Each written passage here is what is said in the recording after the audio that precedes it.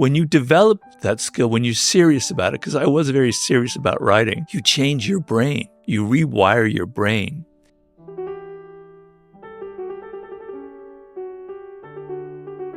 Above all else, focus on acquiring knowledge and skills. Knowledge and skills are like gold, a currency you will transform into something more valuable than you can imagine. It's similar to one of your tweets, which is eventually the time that was not spent on learning skills will catch up to you and the fall will be painful. What's that mean? Well, life can be kind of difficult, right? You don't really know sometimes where you're headed. Nobody kind of gives you any kind of guidance in this world, right? And they don't tell you when you graduate college, go ahead, go Robert, you go study this. This is what, this is what your brain is suited for, et cetera, et cetera. You have to find your own path. And so for me personally, I spent years in the wilderness. So I'm gonna give this a personal spin because I think that helps a little bit, because what I can answer it inside my own body here. So I know I want to be a writer, but I can't figure out what the hell I'm going to write. So I leave college and I try journalism because I have to make a living. I have to support myself. And I don't really like it. It doesn't suit me. You write an article and then a week later it's forgotten. Nobody reads about it. And as somebody who studied ancient Greek and Latin in college, I think in terms of thousands of years and not in 3 days or a week, I want something that I write to be read in 3024, sorry. So it wasn't a good fit. So I quit. I wander around Europe trying to write a novel with my backpack. I live in London. I live in Paris. I lived in Ireland. I lived in Greece. You name it. I taught English in Spain. Trying to write a novel. I had no discipline. I couldn't do it. It didn't work. And starting to get depressed. Then my dad isn't well. I decided I'm going to move back to Los Angeles. Hey, I'm going to get a job in Hollywood, right? That'll be good. I'll make a ton of money and I'll be writing and, et cetera. How glamorous, how sexy, movie stars, starlets knocking on my door, et cetera. Okay. Terrible, terrible fit because I'm a control freak. I don't like people coming in and changing everything I say. And I don't like conforming and I don't like compromise. Sorry, that's a bad thing about me, but I didn't want to have to lower my standards to what they were asking me to do. Is a terrible fit. All right, now comes the chance. I meet this man, Joost Elfer, as we mentioned earlier, in Italy.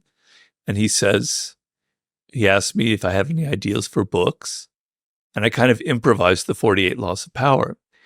The point of my long-winded story here is I had spent 18 years or so acquiring high levels of skill in writing, okay? I learned in journalism how to write under a deadline, under pressure, how to make it dramatic, how to make the opening sentence exciting enough to make you read on further. Trying to write novels taught me about creating stories, which is a huge part of my writing. Working in Hollywood, I learned how to research, which is a huge element. And then the theatrical element, making things dramatic, also story. Okay? All of that time, slowly by slowly, brick by brick, I had developed real level skill. So when it came time to write the 48 Laws of Power, I could do it. I had learned all this discipline. I had learned how to write under a deadline. I learned how to make things entertaining, the whole bag. Okay. And so the world opened up for me. Prior to that time, I was miserable. Really, really was. I mean, I had good moments too. You're young. You're always happy when you're young. But a lot of times I was miserable. And I didn't know why, but I was acquiring skills, not even aware of it. And so the reason I write that is when you develop that skill, when you're serious about it, because I was very serious about writing, you change your brain. You rewire your brain. It's like, and this is a remarkable power of the human brain that people don't realize. Something I'm also writing in my new book. This one writer, his name is Schwartz, I believe. He's a UCLA neuroscientist. He wanted to help people who had OCD, right?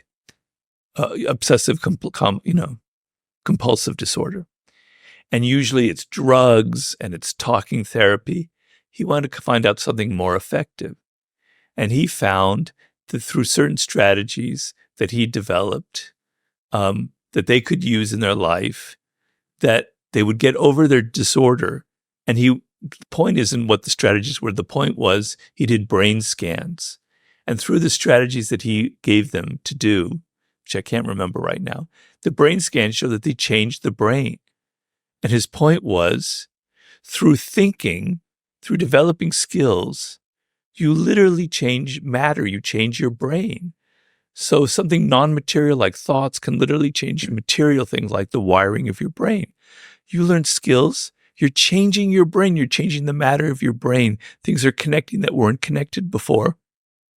And slowly, if you do it, if you're serious enough, a point will be reached like it was reached in my life, where either you will start a business or someone will ask you to do something like write a book or make a film, and the world will open up for you and you'll be able to do it because you have that, you've laid the ground, you've laid the soil, everything is there, it's rich, and now something great, amazing will sprout up out of it. When you have no talents and you have no skill, life is a series of endless confusion. You hit this road, you go here, then something else, you go here, then you go here, you end up in a circle and you don't know where the hell you are. When you've got skills, zoom, you know where to go. It's not zoom, it's more like, but you're headed Meander. somewhere. Yeah, it's not. Yeah, I don't know if we're being filmed, but so yeah. So that's my answer to your question. isn't it interesting that the accumulation of skills period at the time can be a little bit like being in the trenches? You have no promise of glory. You don't know if this is even going to work. Yeah. You have no idea whether this is worth it, and you don't even have the context of how the journalism, with the novel, with the Hollywood, with the interpersonal skills, with the guy that you meet in Italy, with the so on, Germany, blah, blah, blah, blah. It's only in retrospect that you get to piece this entire arc together.